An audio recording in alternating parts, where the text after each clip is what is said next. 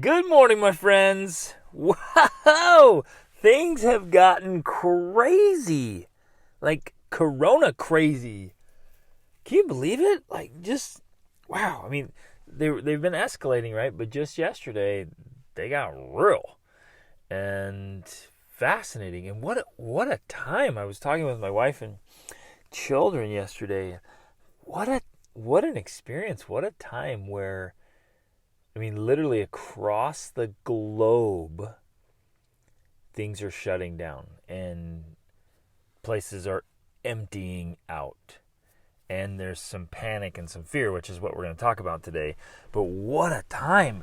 Like, think about it. If 10 years ago, 15 years ago, even 5 years ago, somebody had suggested that there would be something that would just shut down everything. You'd be like, oh, come on. No. What? No. How could that be? You can't empty out the big cities of the world.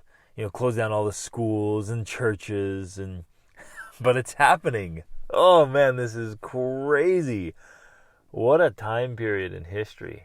Like we're living in a significant moment of history. This is fascinating. I ran out of dishwashing detergent yesterday morning, and we're trying to do the dishes, and we couldn't. So I'm like, okay, after work day, I'm gonna run to the grocery store. And during the day, of course, we got announcements. Our whole area got announcements that all the schools are closed, and then we got announcements that the churches are closed. And then by the time I get to the grocery store, there was a run on the grocery store. It was crazy, and like the entire aisles emptied. Right, the pasta and the toilet paper, eggs. Just cleared out. Luckily, we picked up a few things, ended up filling up our cart, and got some things. Because had I gone back even later that night or today, it'd be empty, man. Nothing. And fortunately for us, we eat extremely healthy and well. So there was always a pretty decent supply of the healthy stuff. It was the unhealthy stuff that went first, interestingly. But man, crazy times. So let's talk about fear, my friends. Fear is a part of life and always will be. There'll always be this element of fear. And that's okay and actually good, because fear keeps us from legitimate danger. But here's the problem.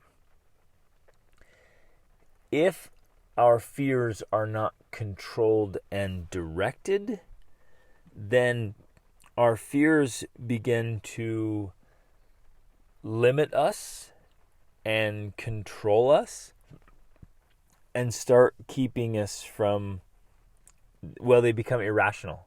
And our irrational fears start holding us back from things that aren't really dangerous. You with me? And so because of that, if we're not really conscious and aware, we're going to talk more about that. If we're not conscious and aware of our fears and what fear, even what they are, most of us don't even know what fear is actually.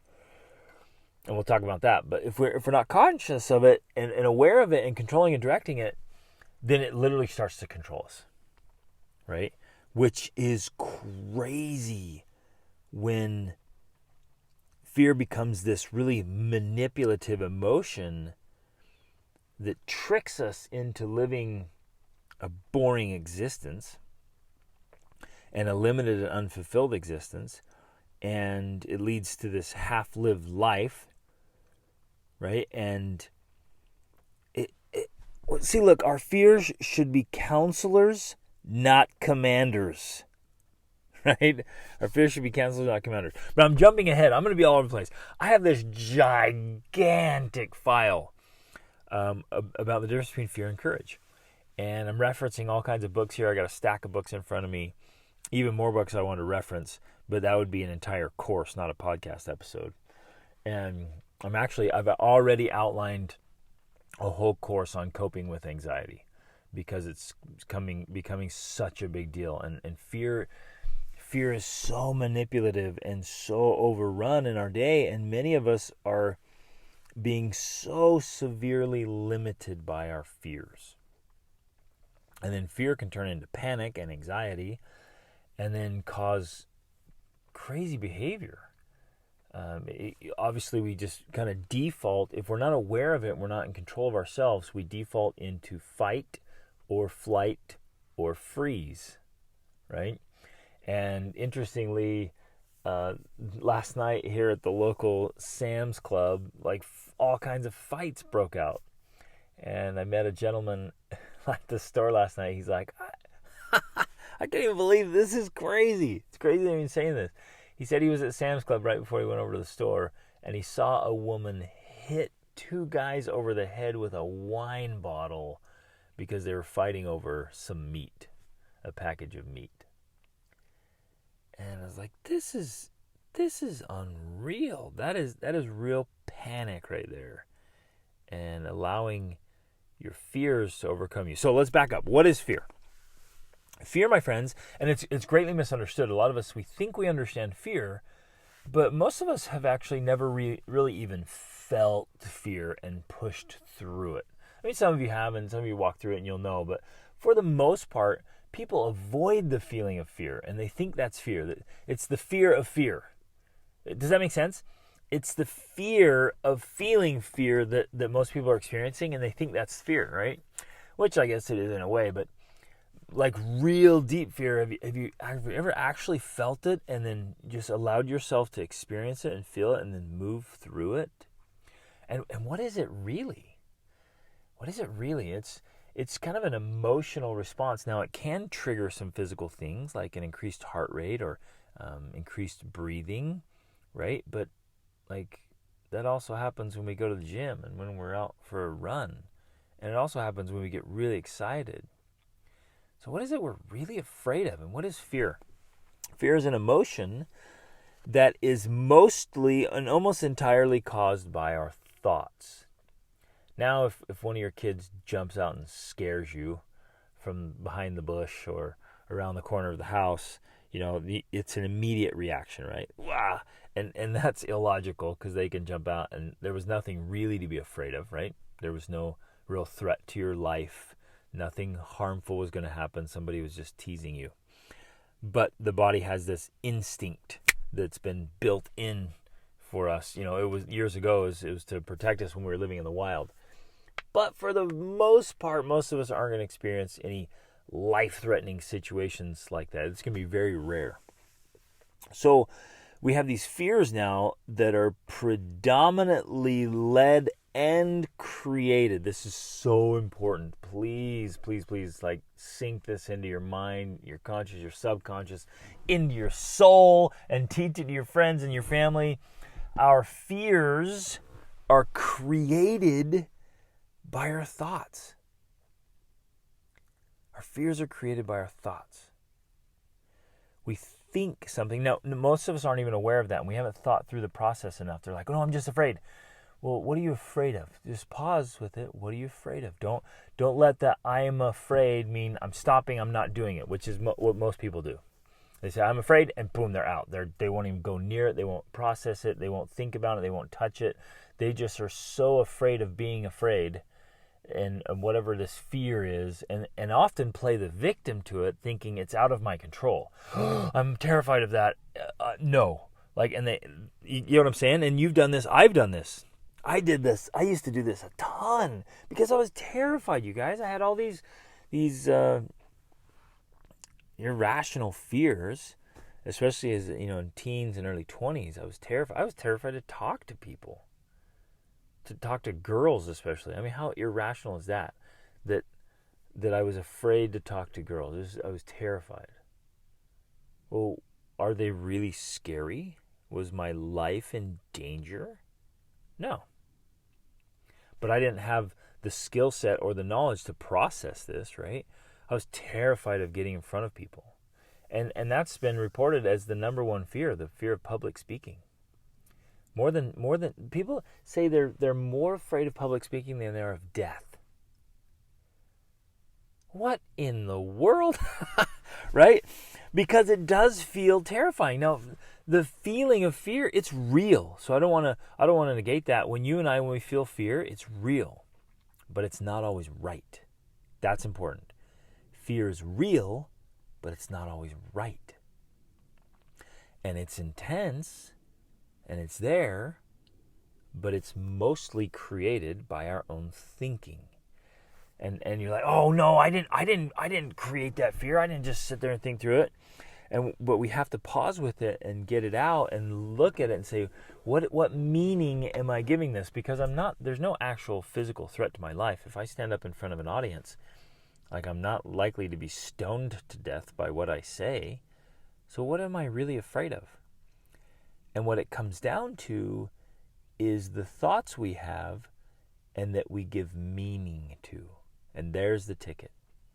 We often give meaning to certain things, and so it creates the feeling or the emotion of fear.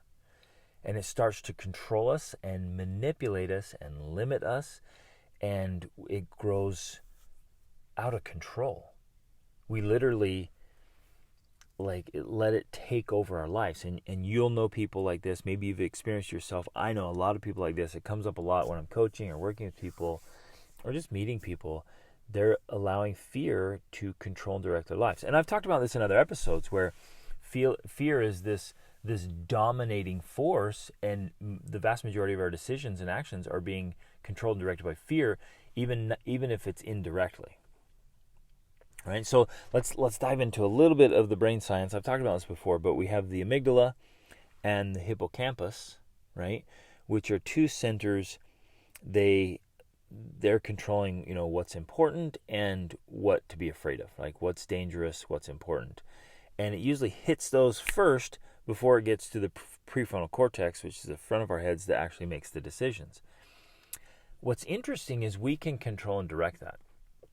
And we can actually override it. So even past neural connections where we've been terribly afraid of something and it's all hyperactive, right? We can literally override those with new neural connections.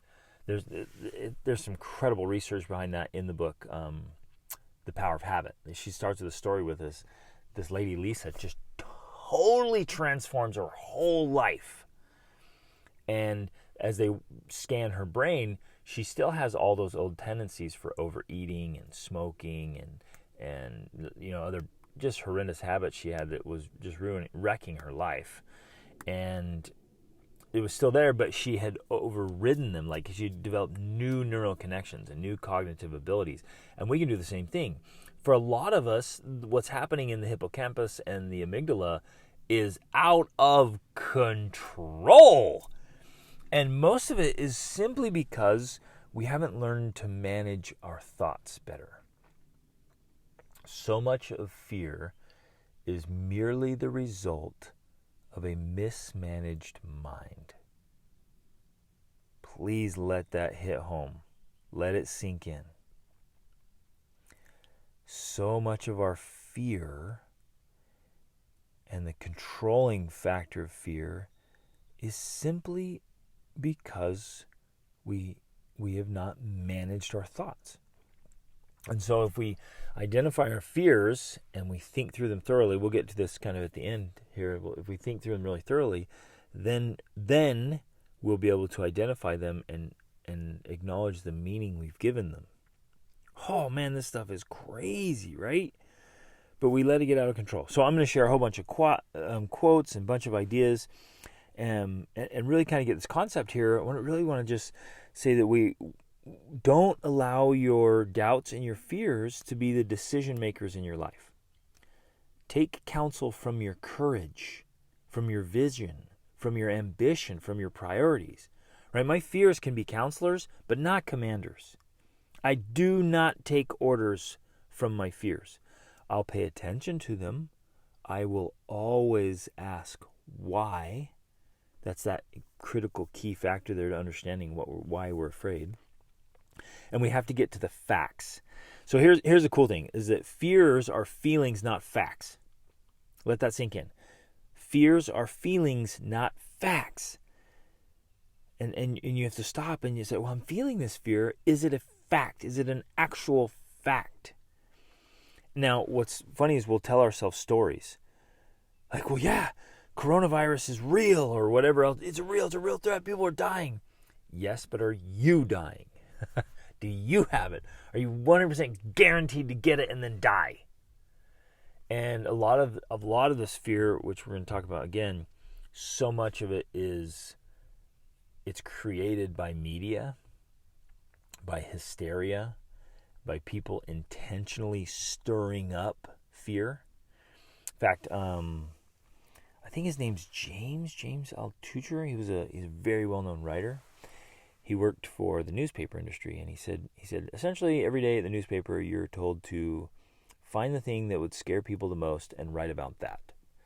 And he said essentially every day is Halloween at the newspaper, and we're trying to scare people. I mean, that's the objective. And so they'll take things and they'll blow them way out of proportion because fear sells, man. It spreads like wildfire, and it sells. And so they take things out of perspective and they literally create these problems. And so, well, I'll come back to that as a solution. We've got to be very careful. And man, doesn't that just wrong? Are you guys with me on that? That's just sick and wrong. Like, there ought to be some kind of justice. People ought to be held accountable for stirring up fear. I mean, look what it's doing to people. It's just crippling so many people's lives. But I want, and please share this. Share these principles, share these ideas, teach them to your children, teach them to your friends and family, share this podcast. Like, we got to get this out there. I want to help people manage their thoughts better with more power and take back control of their lives because they often have given up control. They've allowed their fears to control them. So when I say, fears, you get the facts, right? When I say facts, I mean facts, not the opinions of others, no matter how common or how popular. Get your facts from the right sources. Generally, the news and other media is not one of the right sources. Very often, asking why will reveal an unfounded fear, and it'll expose silly social conditioning or other foolish ideas and prejudices that often cause unnecessary fear, right? Other times, asking why provides perspective and understanding and caution. Fear has saved my life and my soul. And good fear can keep you safe by reminding you to be cautious and careful and wise. But never allow your fears to command. You are in charge. You decide. Right?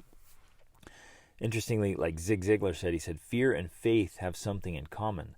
They both expect something to happen in the future. The interesting aspect is that we usually get what we expect. Close quote. That's from Zig Ziglar.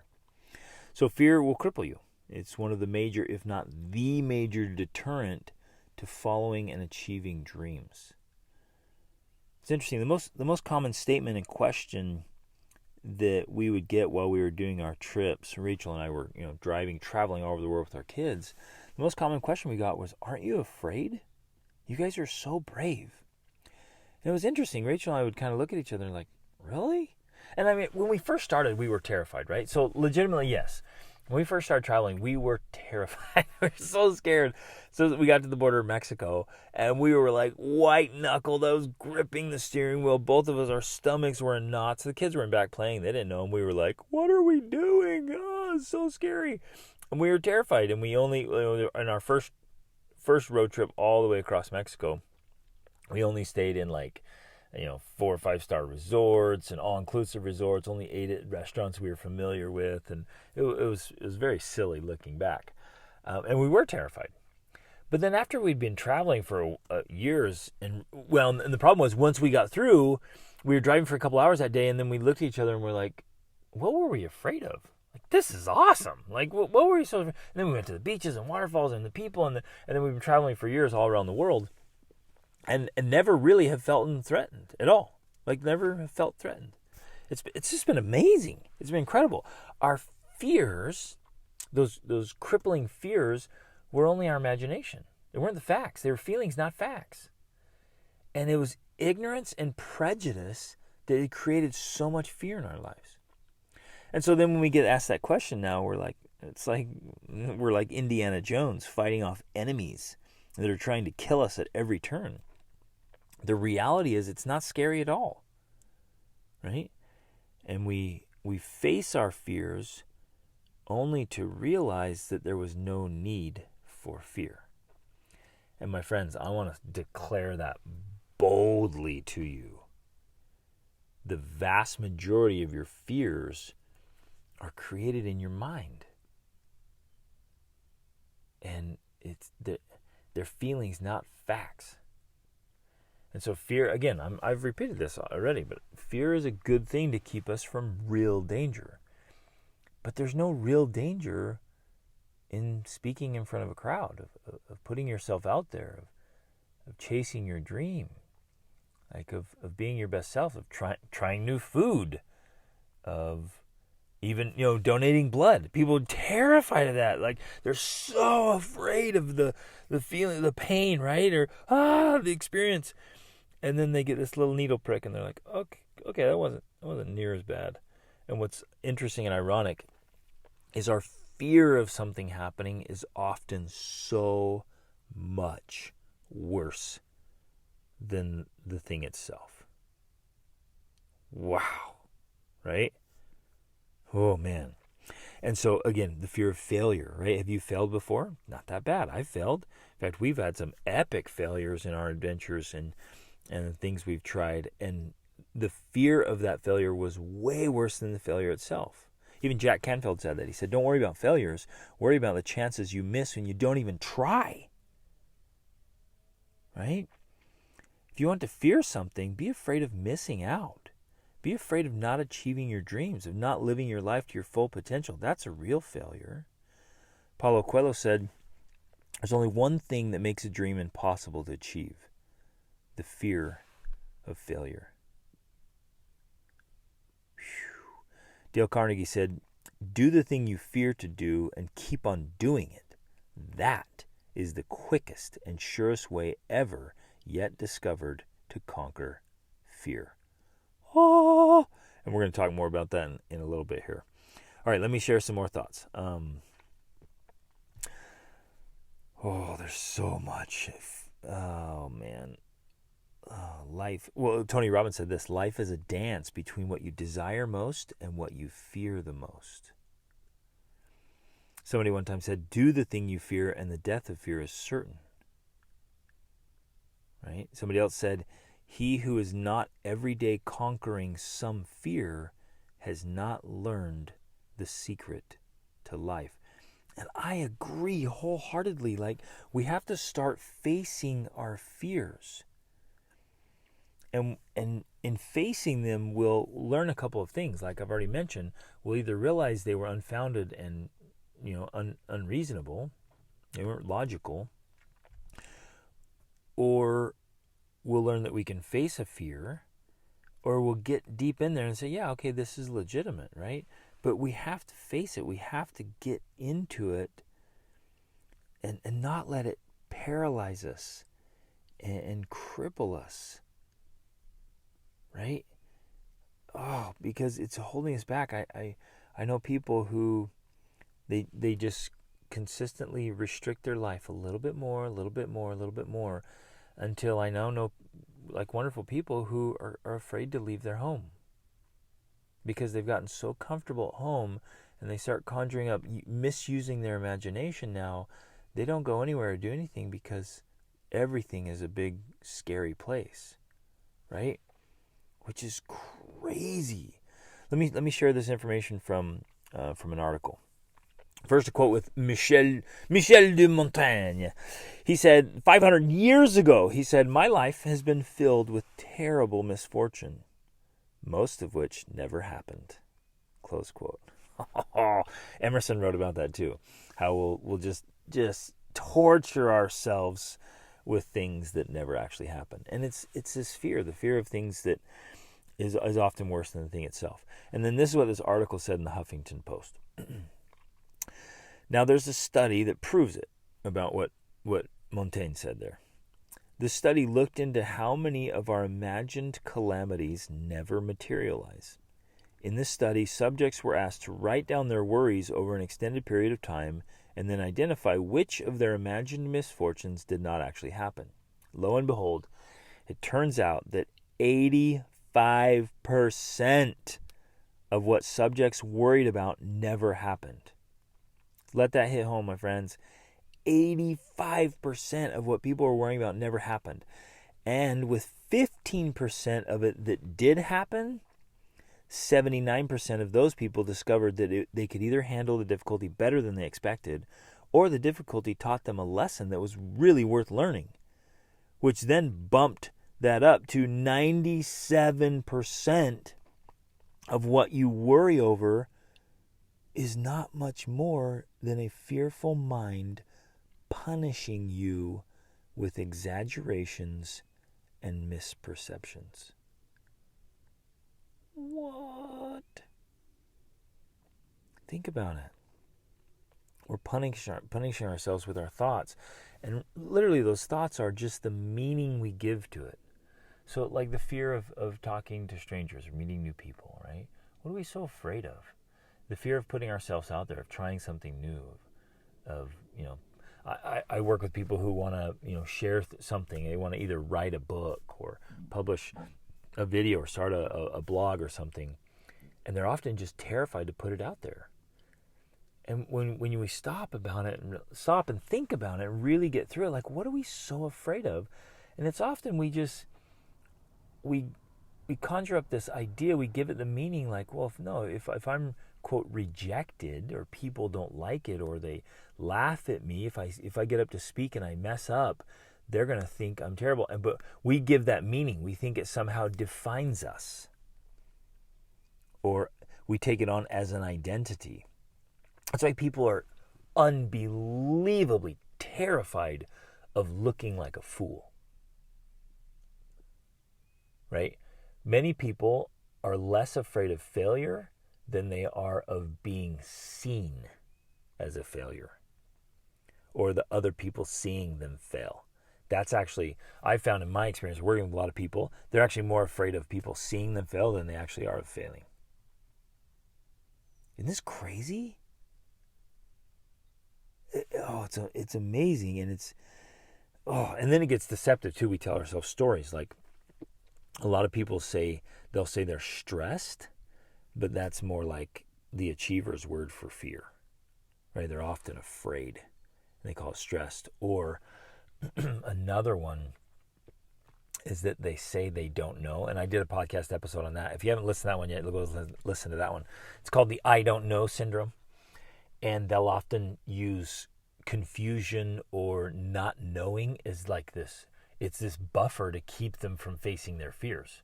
So like, no, I don't know what to do. Yeah, I haven't decided what to do. I haven't taken action yet. They're not pursuing their goals. They're not chasing their dreams because they're like, well, I just don't know yet what to do. Very often, it's not that they don't know. Excuse me. Excuse me. It's not that they don't know. It's that they won't know. Man, I'm doing my Batman voice about fear.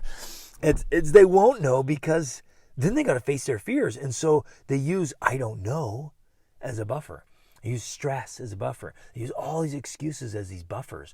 They say they're super busy. They use busyness as a buffer to not face their fear because they're so afraid of trying. Sometimes they're afraid of failing. Sometimes they're afraid of succeeding. Sometimes they're afraid of the work it's going to take. Sometimes they're afraid of the pain. Sometimes it's just fear in general, fear of putting themselves out there, fearing to attempt, fearing what people might think, fear of being judged. They're so afraid, so then they keep themselves really busy or really bored or really anything. I mean, think about that. I want to invite you to consider that. Think through that. How many things are you doing in your life as a buffering or as an avoidance pattern for fear?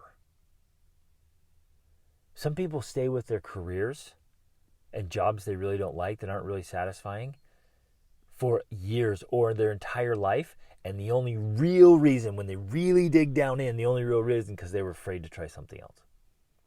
Afraid it wouldn't work out. Afraid of losing what was good, but not great. How often have we missed out on greatness because we settle for good because of fear? Oh man, how often have we held back and not said something that we needed to say, we should have said, because we were afraid?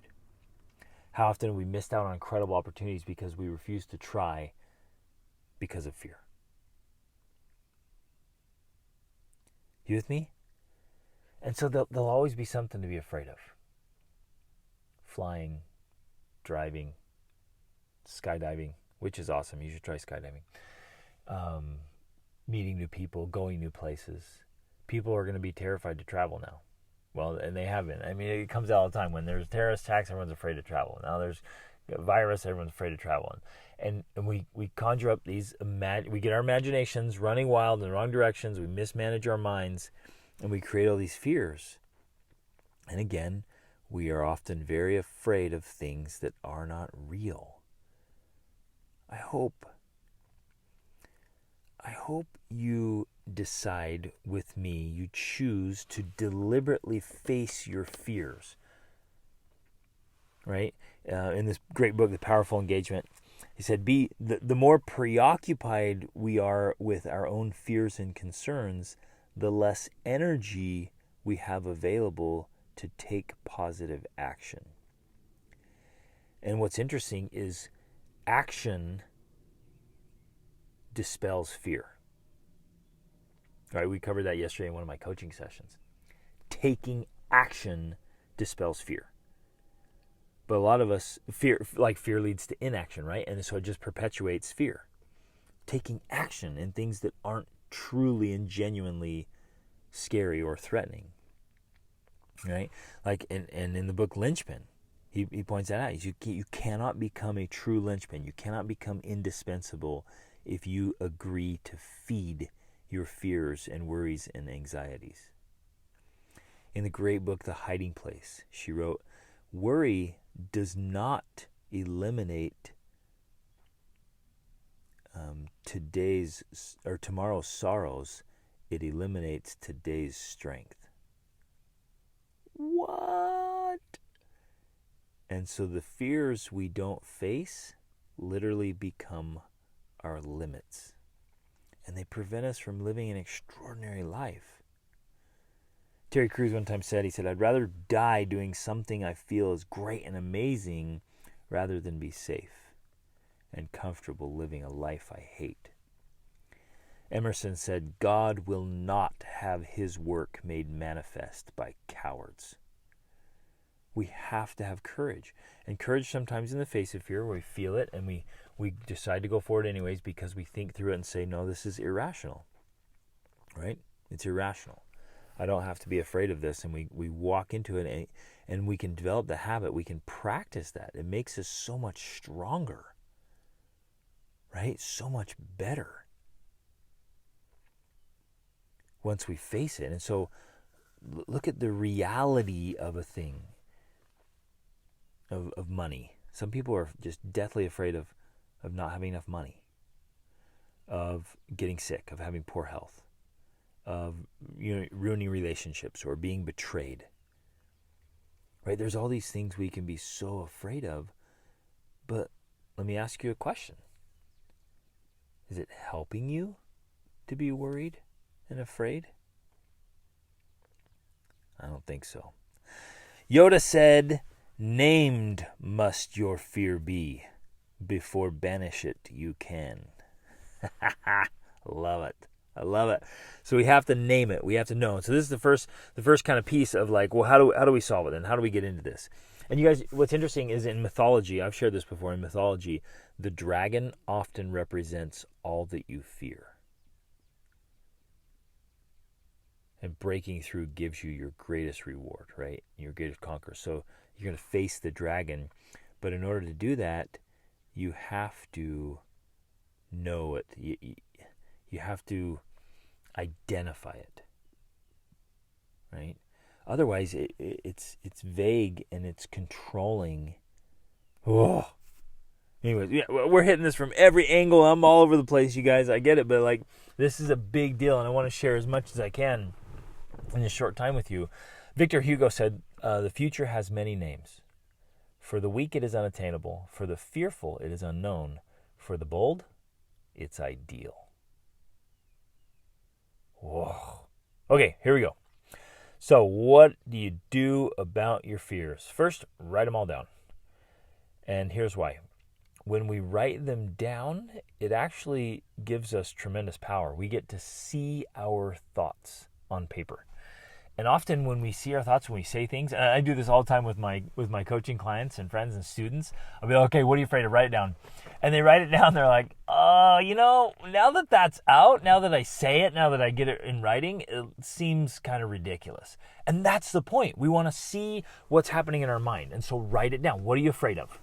So start with a piece of paper. What are you afraid of? Write it down. Boom. You get your fears all written out, and then say, well, why am I afraid of that? Like, dig a little bit deeper. Well, I'm afraid of public speaking. I'm afraid of traveling to a different place, or afraid of talking to someone, or afraid of being rejected, or afraid of being betrayed, afraid of being misunderstood, afraid of being judged, afraid of saying the wrong thing. I mean, just go through it all, and then when you identify it, then just stop and say, why am I afraid of that? And force yourself to do it. You've got to understand your own mind and your thinking. Because again, I'm going to just keep repeating this. Fears are feelings, not facts. And those feelings are generated and created by our own thoughts. We are the master of that. And we're the creator of that. So many of your fears and your irrational fears are the direct result of your own thoughts. But you may not be aware of the thoughts. So write them down. Say, why am I afraid of that? And you might get in there and say, well, actually, I'm afraid that... well, if people see me fail, then they'll think I'm broken or I'm incompetent. Okay? And that can be terrifying for some of you. And then, well, why? What would that mean? See, and it's all about the meaning we give it. What would that mean if other people think you are incompetent? And they went, well, then people wouldn't like me. Okay, what does that mean? If you think people don't like you, who are these people you're talking about? Right? Who are this random they, the elusive they people? We get so afraid, and here's the problem: is our mind will create these imaginary situations where we start thinking that everyone will think that way about us, and then if everyone thinks that way, then they'll all just mistreat us, and we'll end up in the gutter, dying alone and broken, right? Our mind loves to run out these scenarios that are just extreme and completely unreasonable. So get it all written out and realize it, and then you can get down and say, oh my goodness, I realized that, maybe in some of your examples, it might be, man, I have this insecurity that I've held on to for years or decades, about these random people not liking me or making fun of me, and the meaning that I attached to that is now I'm not a worthwhile person, and I don't matter. See that? And it's all our thinking has created that and given it meaning. And so we can take back control of our life by getting control of our thoughts. Man, this stuff is so powerful. I get a lot of responses, a lot of requests and questions actually, and from emails and messages from people who are experiencing anxiety and fear. And what's interesting, some of that is instigated by dark, scary, evil movies. Some of it's by the media. I've shared that before about people I know that if they're listening to or watching the news a lot, they're often very fearful. Because the news is just all about that. And so here's some suggestions. If you want to eliminate fear from yourself and from your family, here I'm gonna throw out some standards here, and I want you to try it. Just give it a try. Watch. In fact, even if you don't consider yourself a very fearful person, try this. Watch how it changes your thinking and your feeling, of course. So absolutely no scary things at all. No movies, no videos, no video games, no songs, no stories, no jokes, no news, no conversations, nothing. Just completely eliminate anything scary, dark, or bad. All of it. Gone. Consider doing a media fast for a couple of weeks. Just eliminate all of that. And then, of course, just absolutely fill your mind with beautiful things. Kind things, inspiring things. Read great books that have no trash. Watch good, wholesome videos and movies, and have uplifting conversations. Now, if you're doing a media fast, like you're turning off all video outlets, social media, all that stuff, do it. It's actually really, really healthy. In fact, I would say that every single day you and I and our children, especially children, all of us actually, should have a few hours where we are disconnected from a screen every single day. Do that. Watch how it just settles your mind. It is unreal. And then you ought to have, if you can, a day or two a week where you have no screens. For example, if you can do weekends with no screens, or maybe your life's set up where you can do, a Wednesday and a Friday, no screens. Just do that. No media, no outside input, and just read great books and just get in nature and do just beautiful, peaceful, classical music and instrumental music and try painting, try drawing, learning an instrument, learning a language, like connecting with good people, like learn about good things and watch nature shows. Like there's so much out there. But what's interesting is our lives are literally filled with drama. That was one of the major things that stood out to me every time I came back to the United States from living abroad, traveling abroad. It was literally shocking to me how much drama, how much everything was so dramatized. It's not like that in other countries that I've been in. It's just calmer. It's more peaceful, and I think that's our natural state. So those are my recommendations. And man, you guys got so many good books here and so many great things to share. Let me just wrap up with this. Oh man, we're afraid of making the wrong decisions. We often don't even make decisions because we're so afraid of making the wrong decisions. We actually fall into inaction because we're afraid of action. I mean, it literally is a controlling element in our life. So let's overcome that. I was reading this book and a little short section here by a woman named Amelia Boone. She's an obstacle racer. It's like a 4-time world champion. Basically, she's been called the Michael Jordan of obstacle racing. And she said this about fear. She said, I'm risk averse by nature, but in the last 5 years, I've learned how to run toward fear instead of running away from it. My nature has always been to take the straight and narrow path, to take the path with fewer unknowns. But by forcing myself to face the unknown and embrace the uncomfortable, I found that I actually thrive in it. And this is what happened to me. That's literally my story. I was afraid of so many things, but I started facing my fears and going in the exact opposite direction. So if I was afraid of something, like I used to be afraid of getting in front of people, I ended up doing performances in front of thousands, even tens of thousands of people, right? And I was terrified. In high school, I was terrified to raise my hand and answer a question, or when somebody called on me to read a paragraph, I would just literally get sick. My stomach would get in a knot to just read out loud, right? And now I love presenting and speaking in front of a large audience, making videos for you guys and this podcast, right? I love it, but I had to transform that. I lean into it. So I actually thrive and I thrive in the unknown now of taking adventures and trips and going out there. She continues, so I now take fear and discomfort as a sign that I should be doing something. That's where the magic happens. Whoa, I totally agree. So look at your fears. Examine them thoroughly. What thoughts are creating your fears? Look at every single fear you have and identify the thought that is creating the fear, and you'll realize that you are the creator of most of your fears. And then face your fears. Lean into them, my friends. I encourage people that, like when I'm working with going through fears, I actually have a session all about overcoming fear. We talk about this a lot, actually. There's one on just living and embracing courage, and then a whole section on fear in the high performance coaching. Because we have to walk through this. If it's controlling our lives, then it's limiting us. It's keeping us from living at our best. And we have to face and conquer our fears and realize that we are often the creator of those fears. And so then I encourage them to lean into it, like to even embrace mottos and affirmation declarations of, like, one of them was, I eat pressure for breakfast, right? To lean into it. And so instead of avoiding it constantly, looking at all the areas of your life where you've been avoiding decision, you've been avoiding action, you've been avoiding boldness. And if it's because of fear, and most often it is, then you lean into it. You embrace it. You go for it. And you face the fear and you feel it. Feel it and face it.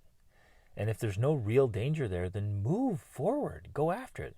When I feel nervous about something, or and I realize it's not a real risk or danger, I'm with her. It's the right thing to do. I should be doing something, getting after it, right? So let's face our fears. Let's embrace them. Let's live lives of courage and boldness. Let's teach this to our children, our friends. Share this stuff. Share these principles. Share this episode. Get it out there. We need to overcome our fears so that we can live at our absolute best. Fear will keep you small. It will literally lead to a half-lived life. What could be worse than a mediocre existence? Ugh. Let's be bold and courageous and chase down our dreams. Love you guys. Awesome is always an option. Reach upward.